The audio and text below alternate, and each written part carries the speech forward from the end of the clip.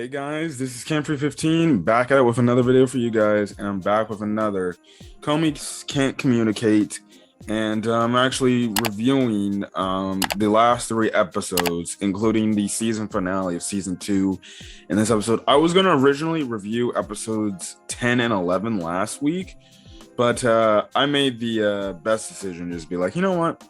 I like this 3 arc storyline of where this was going, and it actually had and kind of a whole little mini arc surrounded around this whole, Valentine's Day gift and white candy or white day present gift and everything. So I guess I made a good call on just combining the episodes, as is. And like I said, season 2 for Komi Can't Communicate is over. I'll give my thoughts at the end of the review. If I think show is good enough to get a 3rd season. I think it is. I think it's going to get a 3rd season because it's just a lovable cast of characters and stuff like that. So episode 10 mostly is just kind of about, Valentine's Day and everything. And I found it very freaking cool and everything that we actually went over to Onami's place, where you saw to where Komi and the one, I guess you can say airheaded girl, they went over to her Onami's place, and we got to meet her siblings and stuff like that. She didn't act too crazy like she did in that one episode in season 2 where she literally legitimately screamed at them like, oh, she has a different personality than we thought she did. No, she was kind of composed and relaxed and everything. And the one thing I did like was Komi's interactions with her siblings. I thought that was very cute and adorable, and they had to adjust to her and everything, but it was pretty cool. And then that leads into the whole scene of everybody giving the Valentine's Day gift and everything to their Valentines, I guess, which it was very freaking adorable, very, cute. The one girl that likes Katai gave her candy to him, which I thought was funny. And then you get this amazing, great moment at the end where pretty much Komi gives Tadano, they walk out and she gives him his candy, and she gets very flustered about it and everything. I was like, oh, nice. It's a great episode.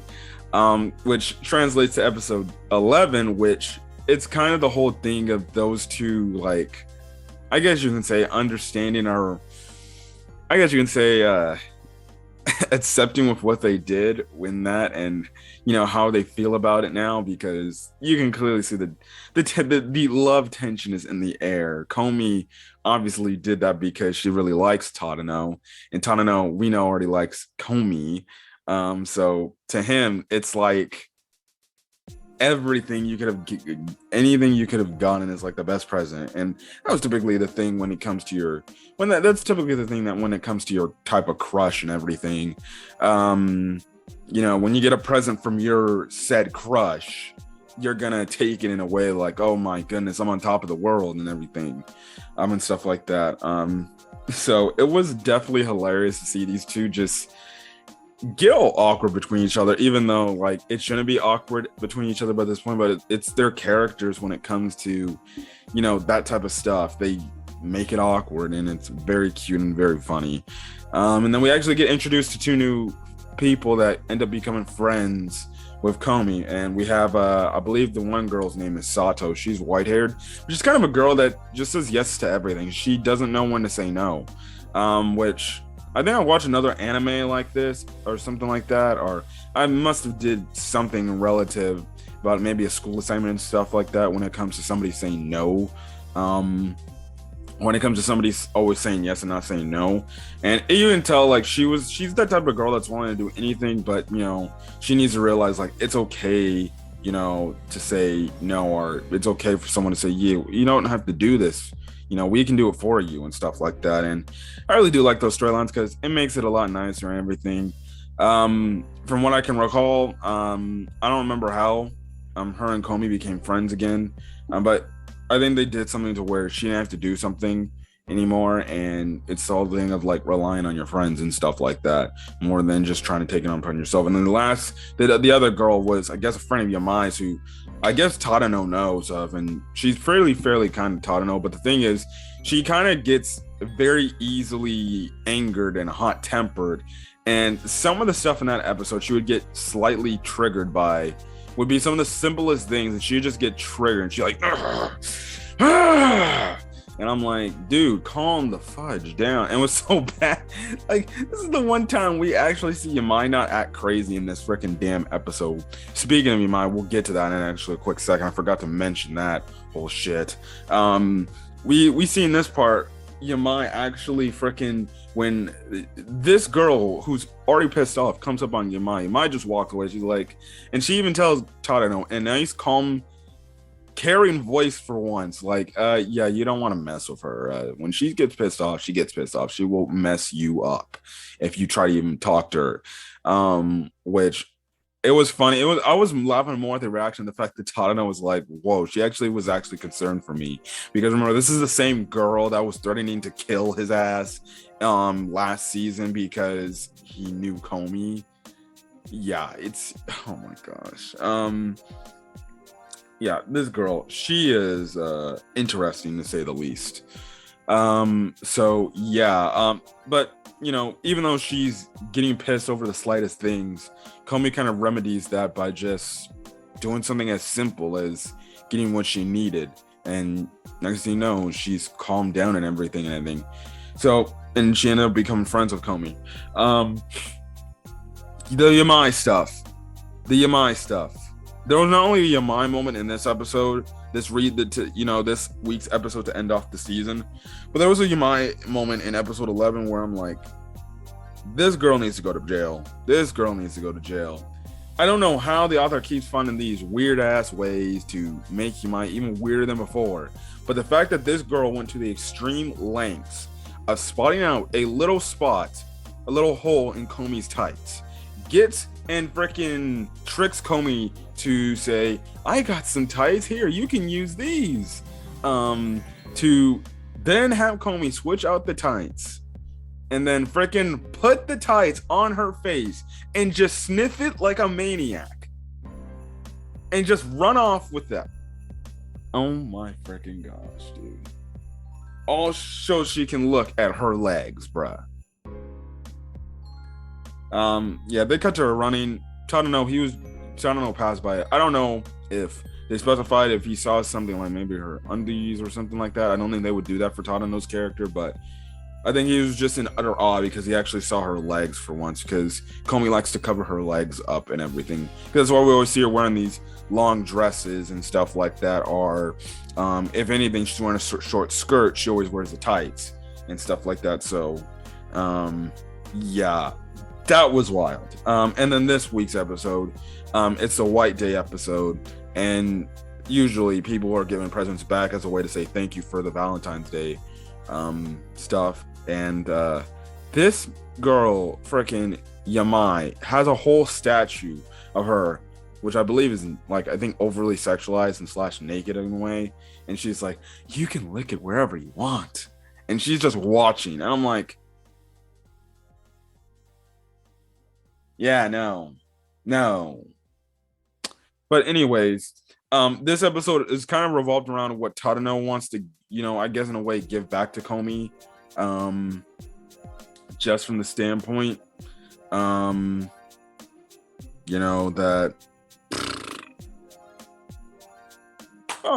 what should I give her back in return? And her sister gets involved in it and everything, and it was hilariously funny and stuff like that. But he ends up giving her, which when he goes over to his house, it was hilarious. Her mom wanted to bring him in because she knows, oh, this is a boy that Komi must like, and Komi likes him, so she brings him in. But the dad looks like he was about to dang near murder Tadano, to the point Komi came back and said, get out of here, go, in a way of punching him out and stuff like that. And he pretty much gives her just one candy and like a lotion, pretty much, which was a nice present, and stuff like that smells really good and stuff like that. And then the last bit of the episode is kind of just Komi reminiscing of the fact, because it's the end of the year for them in school, and she's just talking about how lonely she's gonna feel next year because she doesn't know if she's gonna have pretty much the majority of these crazy characters, including Tadano himself, in the next year's class, and stuff like that. And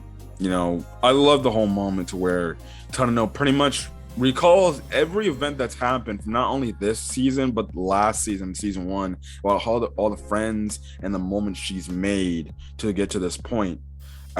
Which again, it goes to show that Komi has come a long way. And the thing that was interesting too about this whole standpoint is she was actually legitimately talking to him in full-on sentences and stuff like that. So it goes to show you that even though she still does the whole, writing on the not on the whiteboard, the notebook and stuff like that, she's getting a more comfort sitting with Tadano, to the point she's starting to talk with him through words and everything. And again, I always love how Tadano, every time she talks, I love how Tadano just respects her, and he doesn't say anything, he doesn't interject, he doesn't say anything, he just lets her say what she needs to say, and that's when he replies, and he's like yada yada yada. So it's very hilarious, it's very funny, or not very funny, it's very cute and adorable.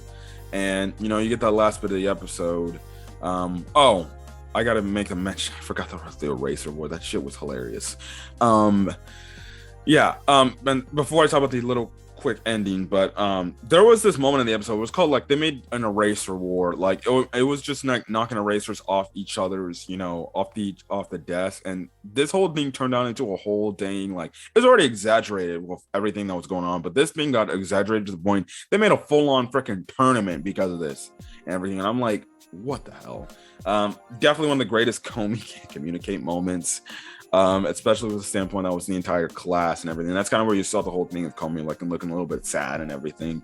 But you get the end of the episode to where, she pretty much, Komi is just walking up to school and she's just recalling everything, and she walks up and she's ready for her new year. She looks at the board, and then next thing you know, she sees Tadano as she's putting in her stuff in her little cubby hole, pretty much talks to him saying, I can't wait, or I'm looking forward to being in class with you and stuff like that. So pretty much they're in class again. Why wouldn't they be? So yeah, and that's where the end of the season is. And I definitely do, again, Komi Can't Communicate, I didn't do a review on season 1, but Komi Can't Communicate is a really good romance show. I personally still prefer Kaguya-sama, which I'm definitely looking forward to. Because right now I'm recording this video on Friday, and I can't wait to see the season finale for season 3. Komi Can't Communicate is such a great anime. I love it just from the standpoint, it's a girl with a communication disorder that pretty much, doesn't like to talk, and she's in her own right to become, she's accepted for who she is, now it goes to extreme lengths. I ain't gonna lie, it goes to extreme lengths to do that, like characters with Yamai and Nananaka and stuff like that. While you do have your toned down characters in the show, like a Tadano and Onami. But the one thing, like I said, I do like is the fact that it shows you that people just have to be more accepting of people that have like these disorders, or they're uncomfortable in these situations. Like maybe they don't like to be a public speaker, or they don't like to talk as much. You shouldn't pressurize them to talk. And that's why I always love when, it's like I said earlier, that's why I always love when Tadano and Komi are just themselves, and Komi's actually talking and everything. And the thing is, I forgot to make a mention, she actually talked, hasn't only talked to other just Tadano, she's actually talked to other people. And the only other people she's talked to where people have actually heard her voice was Onami and her friend, the airhead friend, when back in episode 10 when they were making the chocolates and everything, and stuff like that, which that was cool. Like they give her ultimate respect when it comes to talking. They don't, like I said, they don't interject, they don't interrupt her, they don't make her feel uncomfortable, like her opinion isn't valued, because sometimes in that event some people just talk over and stuff like that. And I really do love this show. It's a really good romance show, and everything, and it's just a good, funny, hilarious comedy show that every week to week when this was out, I just found a new way to laugh and enjoy it and stuff like that. But Komi Can't Communicate season 2 has officially been completed. In terms of the English dub, I don't know when the dub will come out for season 2. More than likely when all the episodes on Netflix are done, airing, because right now, if you want to watch the official way, you can watch it on Netflix. Most people typically watch just, I guess you can say, the fan sub version of it, because they typically have all the subs and stuff like that for all the speech bubbles, while Netflix version, for some odd reason, they don't have all the speech bubbles and stuff like that. It's a lot easier to watch Komi Can't Communicate in the dub, because they actually make things a lot more simpler and stuff like that. So yeah, but other than that, guys, if you guys like the video, leave a like, put in the comment section your thoughts on Komi Can't Communicate season 2. Your thoughts. Oh, my thoughts on season 3. Completely forgot. My thoughts on if Komi can't communicate, we'll get a season 3. I think it will get a season 3. I think it's gonna be a while, maybe a year or two, until we get another season of Komi can't communicate. Honestly, I think there shouldn't be a season next year. I think there should be a season that comes out in 2024. I think that's good enough. It gives, the people some rest so they don't have to focus on Komi and stuff like that, and also gives it the manga. I think the manga is still continuing. More chapters, so then more things to adapt and everything instead of just coming back for another year. But I think it's going to be about 2-year wait for Komi Can't Communicate. But I do think a lot of people like this show in the States here and even in Japan. And definitely can't wait for that. So but definitely looking forward to that. And anyways, I'm gonna get out of here, guys. Hope you guys have a great rest of your day or not watching this video. Until then, guys, catch you guys later. Peace.